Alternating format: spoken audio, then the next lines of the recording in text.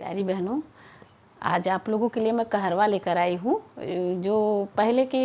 हमारी मम्मी लोग गाती थी, चाची लोग गाती थी। एकदम देसी कहरवा है, गांव का है। आप लोग सुनिए। के करे हाथे सोहला सोने का घड़ी लवा के करे हाथे ना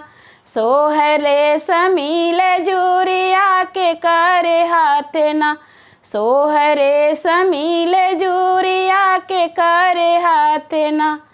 के करे हाथे सोहला सोने का घड़ी लवा के करे हाथे ना सोहरे समीले जूरिया के करे हाथे ना भौजी हाथे सोहला सोने का घड़ी लवा ननद के हाथे ना सोहरे समीले जूरिया ननद के हाथे ना सोहरे समीले जूरिया ननद के हाथे ना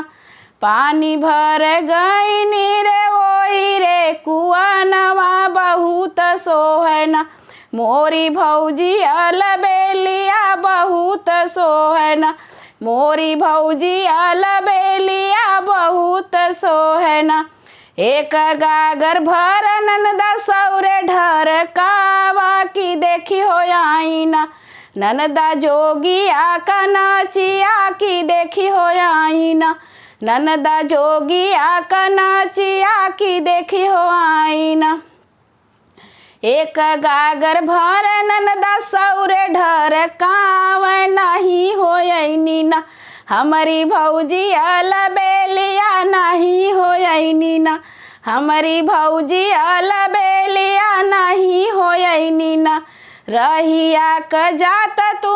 भैया से भतीजवा कतहूँ देखला ना हमारी भौजी अलबेलिया कतहूँ देखला ना हमारी भौजी अलबेलिया कतहूँ देखला ना देखली त मोरी भौजी देखली त मोरी बहिनी भौजी अलबेलिया की जोगिया संगवाना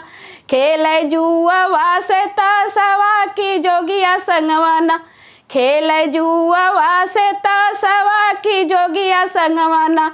कहाँ पाटल भौजी कैसे लागल भौजी हो पिठिया तोहरे धूरी कहाँ हो मस्कना भौजी रेशमे की चोलिया कहाँ हो मस्कना भौजी रेशमे की चोलिया कहाँ हो मस्कना पीठिया में लागे ननद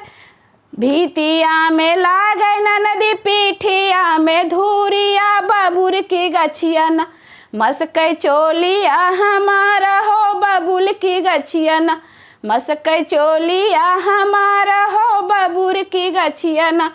तोह के मैं देबै ननदी सोने के कंगनवा भैया के अगवाना ननदी लैया जिनी लगाया भैया के अगवाना ननदी लैया जिनी लगाया भैया के अगवाना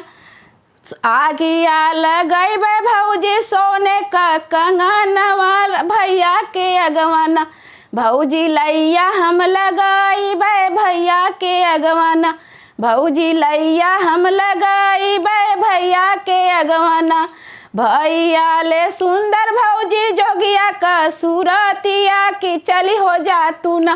भौजी जोगिया के संगवा की चली हो जा तू ना भौजी जोगिया के संगवा की चली हो जा तू ना देखली त मोरी